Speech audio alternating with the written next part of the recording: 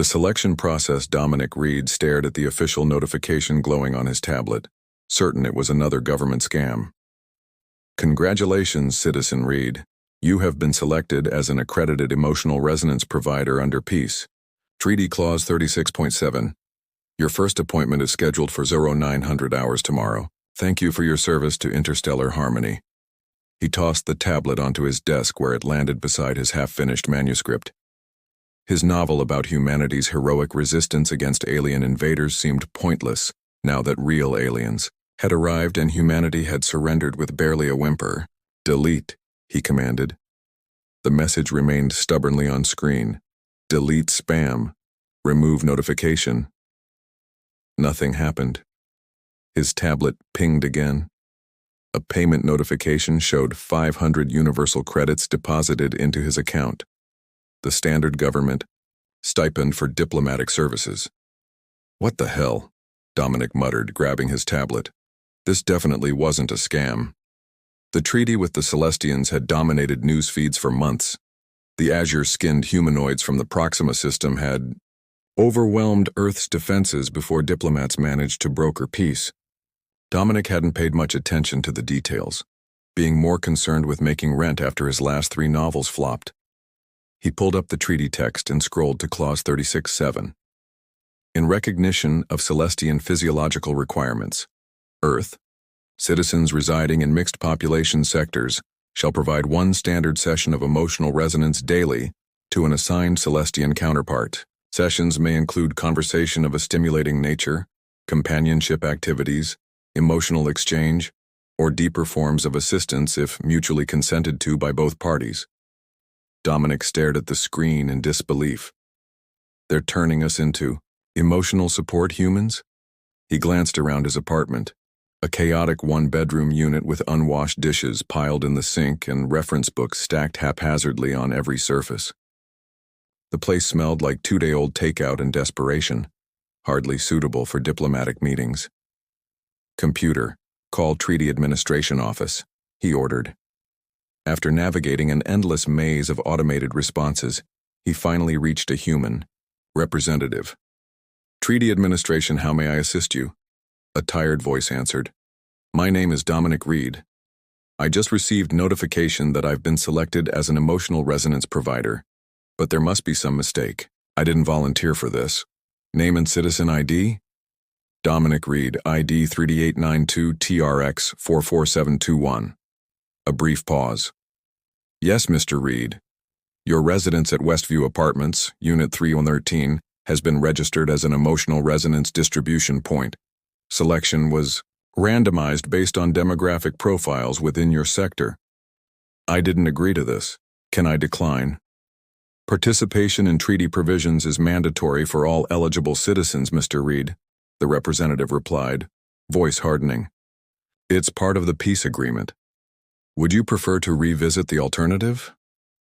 Everyone remembered the alternative. Before the treaty, Celestian ships had neutralized 3 major coastal cities. No, but excellent. Your first appointment is at 0900 hours. Please ensure your living quarters are presentable and that you are prepared to provide a positive emotional experience. Failure to comply will result in penalties as outlined in Section 14 of the Enforcement Code. But what exactly am I supposed to? The line went dead. Dominic checked the time. 18:30. Less than 15 hours to transform his apartment from struggling writer's den to something that wouldn't horrify an alien diplomat. He spent the next 3 hours frantically cleaning, stuffing trash into bags and hiding dirty laundry in his closet. He even vacuumed, something he hadn't done since moving in. By 22 hours, exhausted and sweating, he surveyed his work. The apartment looked almost respectable. Computer, what exactly am I supposed to do with a Celestian? He asked, collapsing onto his freshly cleared couch. According to public service announcements, Celestians require regular emotional energy exchange to maintain optimal health. Humans have been determined to be compatible providers of such stimulation. That's vague. How exactly do I provide emotional energy?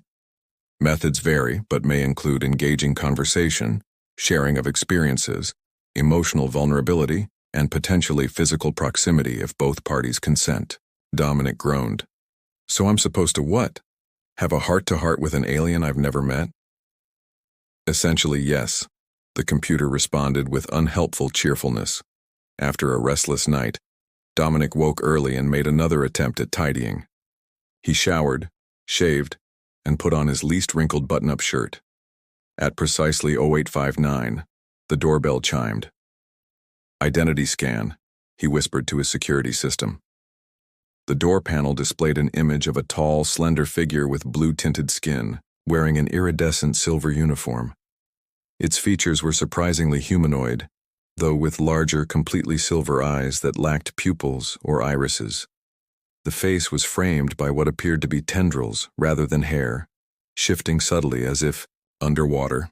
Authorized Celestian diplomatic representative, the security system reported. Clearance verified. Taking a deep breath, Dominic opened the door. The Celestian stood nearly 7 feet tall, towering over his 6-foot frame. Up close, its skin wasn't simply blue but seemed to shimmer with subtle patterns that shifted beneath the surface. The silver eyes studied him with unnerving intensity. Dominic Reed, the Celestian said, its voice melodic with an accent he couldn't place. Something between Swedish and something entirely non-human. I am Nylara, 3rd-tier emotional modulator for the Celestian Diplomatic Corps. Nice to meet you, Dominic replied, stepping aside. Please come in. Nylara glided past him, a subtle scent following her, something like ocean breeze but with electric undertones. She surveyed his apartment with an expression he couldn't read. I apologize for any inadequacies, Dominic said, gesturing vaguely. I wasn't given much notice about this arrangement. Your nervousness is unnecessary, Nylara stated. This is a standard procedure. Standard for you, maybe. For me, it's my first time hosting someone from another planet. Her head tilted slightly. That is accurate. I have not previously engaged with a human in an official capacity either. Something about her formal phrasing made Dominic relax slightly. So we're both newcomers to this. How does it work exactly? Nylara moved to his couch and seated herself with fluid grace. My species requires regular emotional energy exchange to maintain homeostasis. Your species has been determined to be compatible donors. Donors? You make it sound like you're taking something from me. A crude but not inaccurate comparison. We absorb emotional energy patterns. Your anxiety, for example, has a distinctive signature that I can perceive. Dominic sat down across from her. So what, I just sit here feeling things while you harvest them? Simplistic, but essentially correct. More complex emotions provide greater sustenance. Conversation typically facilitates varied emotional states. Her silver eyes studied him. You mentioned you were not prepared. What is your regular function? I'm a writer.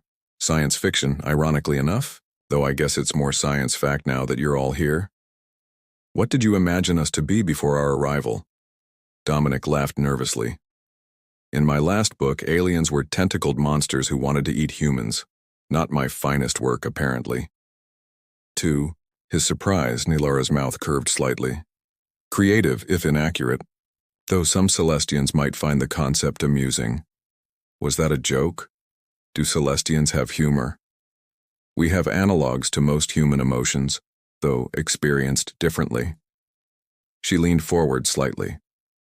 Your emotional pattern shifted just now. Curiosity mixed with surprise. It is flavorful. Dominic wasn't sure how to respond to being called flavorful, but before he could think of something appropriate to say, Nylara continued. What generates your strongest emotions, Dominic Reed? The question caught him off guard. I don't know. Success, I suppose. Finishing a book, though that hasn't happened much lately.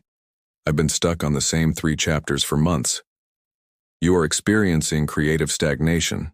Fascinating. Nylara's tendrils rippled slightly. There is genuine distress associated with this topic. Well, yeah. Writing is the one thing I thought I was good at, and now I can't even do that right. Why did you stop? I didn't stop. I just got stuck. The words used to flow, and now, they don't. Nylara's eyes seemed to glow brighter. Your emotional intensity on this subject is substantial. She raised one hand, long fingers extended toward him. May I? Dominic hesitated. May you what? Direct connection enhances exchange efficiency. Something in her tone made his heart rate increase. Will it hurt? Quite the opposite, she assured him. All right then, he said, trying to sound more confident than he felt. Nylara's fingers lightly touched his forearm. Immediately, a warm sensation spread through him. Not unpleasant, but intensely strange, like sunlight flowing directly into his veins. Whoa, he gasped. What was that? A preliminary connection, she explained, her voice lower than before. Celestians can amplify and reflect emotional currents. It allows for more efficient exchange. The warmth lingered on his skin where she had touched him. That's quite a trick. It is not a trick. It is connection. Her fingers remained lightly on his arm. Would you like to experience more? Every rational thought told Dominic this was bizarre, sitting in his apartment with an alien who could apparently tap directly into his emotions. Yet curiosity overrode caution. I'm game if you are. Nylara's expression transformed into something almost predatory, yet not threatening. Then let us proceed, Dominic Reed. Tell me something about yourself that few others know. That's your idea of small talk? Diving straight into the deep personal stuff? Emotional resonance requires vulnerability, she stated simply.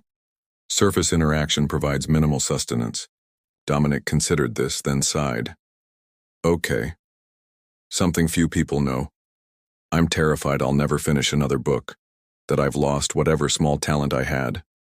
This causes you pain. Failure usually does, he admitted.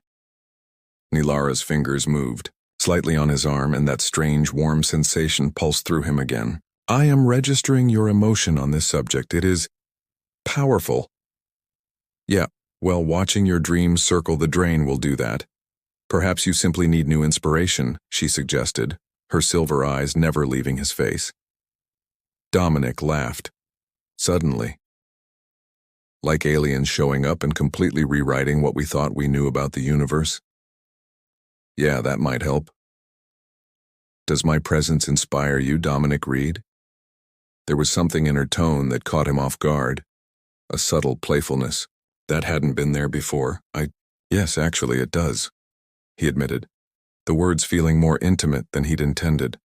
A small device at Nylara's collar emitted a soft chime, and her silver eyes brightened visibly. Your honesty creates strong resonance, she murmured. Very good. Diplomatic obligations. The next morning, Dominic woke to his doorbell chiming insistently. He stumbled to the door, still wearing yesterday's clothes, his hair sticking up in gravity-defying angles. He expected Nylara, despite the early hour, but instead found himself face-to-face with a short, stocky human wearing an official-looking uniform. Dominic Reed? The man barely looked up from his tablet. Yes? Congratulations. The bureaucrat thrust a small metallic box into Dominic's hands. Your first session metrics have been processed. You've been upgraded to advanced provider status. Dominic blinked, still half asleep. My what has been what now? Your emotional resonance rating with Representative Nylara registered in the 94th percentile of compatibility. Very impressive for a first encounter. The delivery man tapped at his tablet. Please sign here to acknowledge receipt of your advanced provider kit. Dominic awkwardly scrawled his signature on the screen. What's advanced provider status? Expanded responsibilities. Expanded stipend. The man rattled off mechanically. Protocol guidelines are in the kit.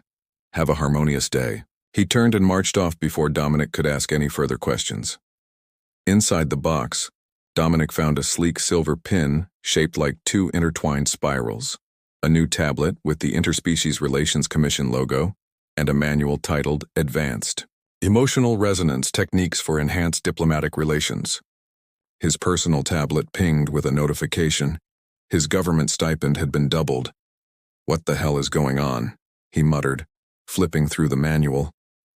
The answer came in the form of another doorbell chime. This time, when he opened the door, he found not one but 3 Celestians regarding him with expectant silver eyes. "Dominic Reed?" the one in front asked. "Yes, but I don't have any appointments scheduled until—" "We have been assigned to your advanced provider queue," she explained. "I am Helix.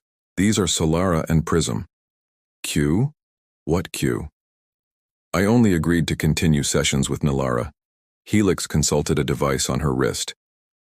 "Your advanced provider status authorizes you for multiple daily sessions. Your assignments were processed through central distribution this morning."